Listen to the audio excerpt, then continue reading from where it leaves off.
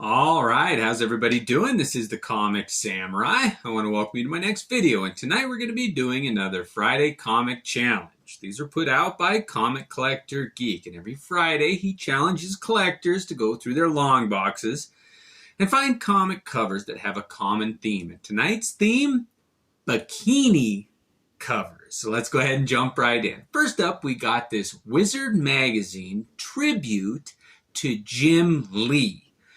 I really do miss Wizard Magazine. They had a lot of good articles and a lot of topics that were hot with comic collectors at the time. And they used to do a lot of promotional things like this. And they'd produce their whole comic or magazine with a subject that was really hot at the time. And Jim Lee couldn't have been a bigger name in the comic industry when they put this special edition out, and I really like that cover there.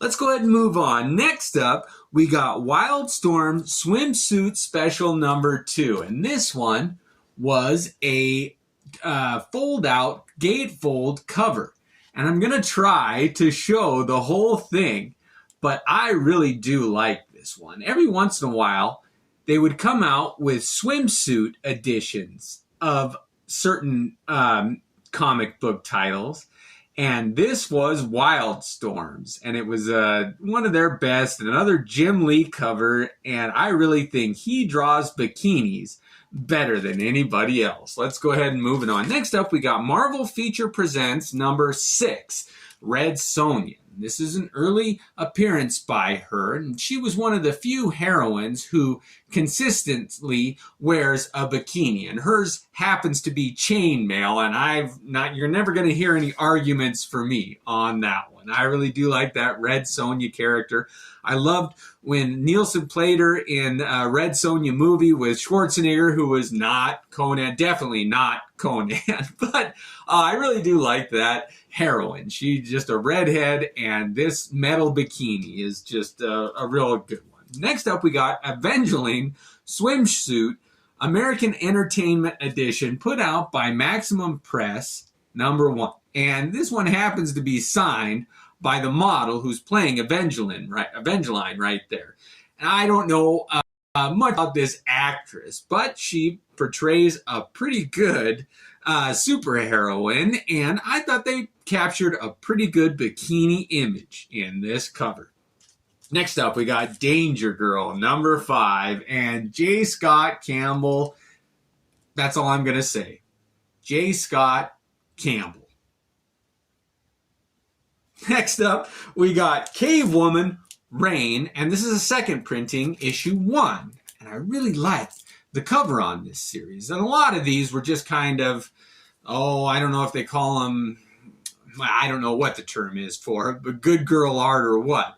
But they had a lot of bikini covers. They weren't exactly adult-themed comics, but they were pushing the envelope here. And this one has just got one of the better bikini covers, in my opinion.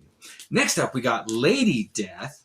Now, this is the series from 1995, and it's issue number 4. I'm pretty sure it's the first series, but this is one of my favorite bikini covers of hers. Now, she was known for wearing the leather bikini, and she actually came out with a couple comic books that were leather covers, and I'm still looking for them. I'd love to find those. I never saw them in the comic shop, but I've heard about them. So if you've got one of the Lady Death leather covers, let me know if it's worth it or not. But I really do like this one. And I'm going to follow it up with another Lady Death that I liked even more than that. Now, this is from 94, and it's number 3. I think this is the first series, but they just didn't have different names or stuff, so you have to go by the date in the issue, and I like this one. It's another Hayes cover, I believe, and or Hughes, and it's the coloring on this one is what does it for me. I really like that dramatic lighting from underneath with the flames and the moonlight from the top, that blue lighting. I like that one.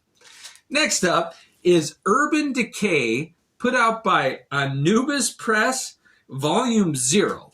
And I'd never heard of this publisher. I didn't know anything about this line, but it's got a Mark Texiera cover.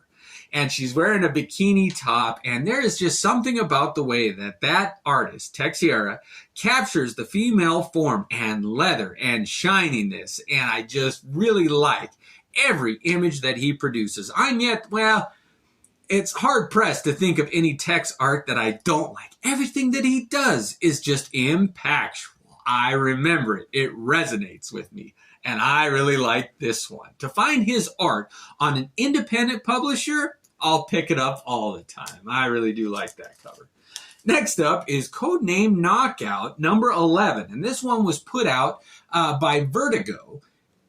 I didn't know much of, I love this series, but I don't know much about the cover artist here, although every cover, they did try to push the envelope and just push the sexiness a little bit, but this one's got her in a bikini bottom, and I had to show that one because here in number 12, she's wearing a full-blown bikini, and it looks like they're in Mother Russia where the temperatures look sub-zero. Everybody else is in winter coats. So she's got to be a little cold on this one. And when you're cold and wearing a bikini, it can lead to some good covers. Let's say that. All right. Next up and lastly, I'd say the best for last, is Soulfire number 5. And I should only say Michael Turner and leave it at that, but I gotta sing his praises. Michael Turner was one of those artists that just got taken away from us too soon. Every single piece of art that he did was something to look at. Love him, hate him, dislike him. He had a lot of tropes, but you definitely had an opinion from him. He was one of those artists, when you looked at his work, you could say, that's a Michael Turner. At very least, you could recognize it, but I loved it. He's one of my favorites, and he captured that magic in a bottle again with this one. I really did like all of Michael Turner's art, and it's exemplified in this bikini cover. Well, thanks again for joining me. I hope you enjoyed. I want to know what your favorite bikini covers are. Have a great one. We'll catch you next time.